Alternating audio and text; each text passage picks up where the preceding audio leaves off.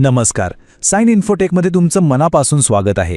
आज आपण प्रॉक्सी अर्थ नावाच्या एका प्रकरणाबद्दल बोलणार आहोत. एक असं प्रकरण जिथे अनेक लोकांची खासगी माहिती अगदी एका क्लिकवर सगळ्यांसमोर आली होती. तर चला आजच्या विषयाला सुरुवात करूया. प्रॉक्सी अर्थ नेमकं काय होतं, आपला डेटा तिथपर्यंत पोहोचला कसा, आणि सगळ्यात महत्त्वाचं, अशा धोक्यांपासून आपण स्वतःला कसं वाचवू शकतो, हे सगळं आपण आज समजून घेणार आहोत. जरा विचार करा, आपला फोन नंबर जो आपण किती सहजपणे दुकानात, वेबसाईटवर किंवा कुठेही देऊन टाकतो, तोच आपल्या गोपनीयतेसाठी एक मोठा धोका ठरू शकतो. प्रॉक्सी अर्थ प्रकरणाने बरोबर हाच प्रश्न आपल्या सगळ्यांसमोर उभा केला आहे. चला जरा खोलात जाऊन हे प्रकरण समजून घेऊया.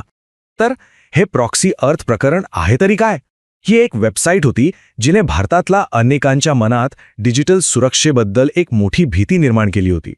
हिंदुस्तान टाइम्स आणि इंडिया टुडेच्या रिपोर्ट्सनुसार proxyearth.org वेबसाईटवर तुम्ही फक्त कोणाचाही भारतीय फोन नंबर टाकला की त्या व्यक्तीचं पूर्ण नाव, पत्ता, ईमेल आयडी, इतकंच काय तर काही वेळा दुसरा फोन नंबर सुद्धा समोर येत होता.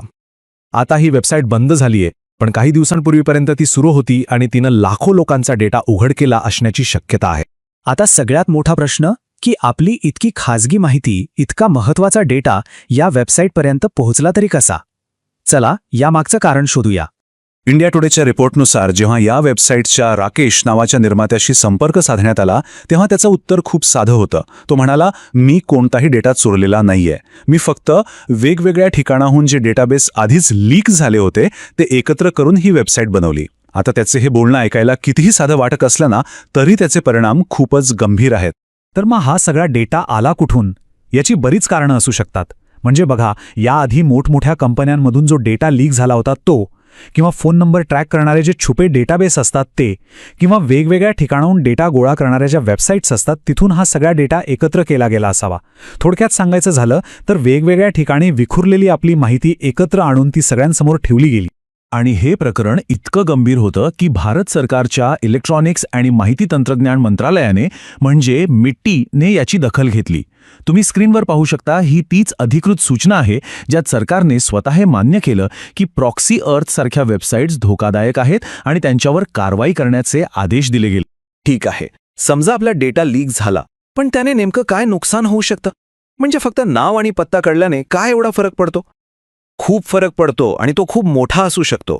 या वेबसाईटमुळे आपलं पूर्ण नाव, घराचा पत्ता, ईमेल, दुसरे फोन नंबर्स आणि काही केसेसमध्ये तर आपलं लोकेशन सुद्धा सार्वजनिक झालं.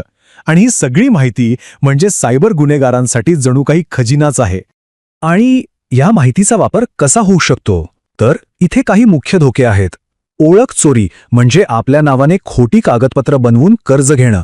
आर्थिक फसवणूक, म्हणजे आपल्या बँक खात्यात किंवा UPI-मध्ये घुसखोरी करण्याचा प्रयत्न करणं. आपला पत्ता वापरून प्रत्यक्ष त्रास देणं किंवा पाठलाग करणं.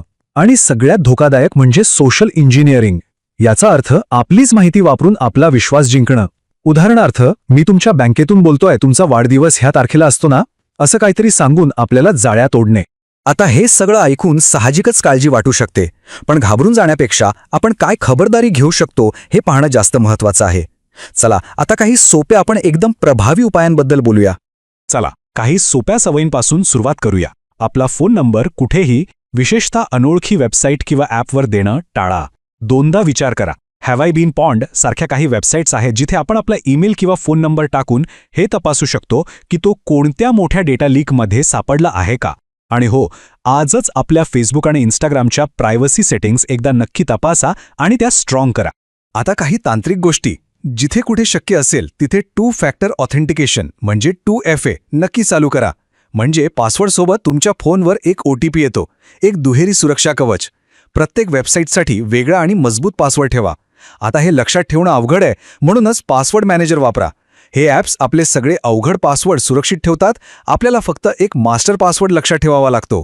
आणि सगळ्यात महत्त्वाचं, आपल्या फोनचं सॉफ्टवेअर नेहमी अपडेटेड ठेवा, कारण प्रत्येक अपडेटमध्ये नवीन सिक्युरिटी फीचर्स आलेले असतात. ही स्लाईड बघा, सगळं किती सोप्या भाषेत समोर आहे. एकच पासवर्ड सगळीकडे वापरणं किंवा बाहेरचा वायफाय वापरताना काळजी न घेणं, ह्या सवयी म्हणजे कमकुवत सुरक्षा. याउलट मजबूत सुरक्षेसाठी पासवर्ड मॅनेजर वापरा. बाहेर वायफाय वापरताना VPN वापरा, जे आपला डेटा एका सुरक्षित मार्गाने पाठवतं. आणि अपडेट्स आले की लगेच इन्स्टॉल करा. हे छोटे बदल खूप मोठा फरक घडवून आणतात. तर मग या सगळ्या प्रकरणातून आपण काय शिकलो? यातून मिळणारा जो संदेश आहे तो खूप स्पष्ट आणि महत्त्वाचा आहे. तंत्रज्ञान जेवढं फायद्याचं आहे तेवढंच ते धोकादायकही ठरू शकतं. कोणतीही कंपनी किंवा सरकार आपल्या डेटाची 100% सुरक्षा करेलच असं नाही. म्हणूनच हे नेहमी लक्षात ठेवणं गरजेचं आहे की आपली गोपनीयता आणि आपल्या डेटाची सुरक्षा ही शेवटी आपल्याच हातात आहे. त्यामुळे आपणच जास्त जागरूक राहिलं पाहिजे. मित्रांनो, तुमची डिजिटल माहिती सुरक्षित ठेवणं ही एक सवय आहे. ही माहिती तुम्हाला उपयुक्त वाटली असेल तर ती आपल्या मित्रांना, कुटुंबाला आणि सहकाऱ्यांनाही नक्की पाठवा, कारण जागरूकता हेच सायबर सुरक्षेतलं सगळ्यात मोठं शस्त्र आहे.